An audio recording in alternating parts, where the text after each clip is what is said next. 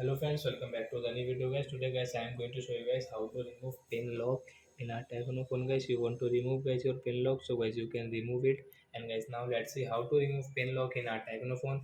In this video guys I am going to show you friends.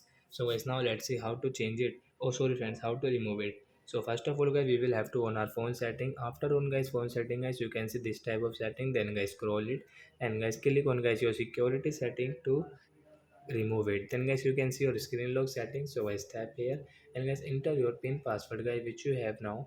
And guys you can see the swipe and on option, so guys you can take yourself whatever you like. So in on option guys I will tap here and guys you can see your pin lock setting you want to remove means yes we want to remove, we don't need any pin. So as you can see guys there is no any pin lock in your Technophone device.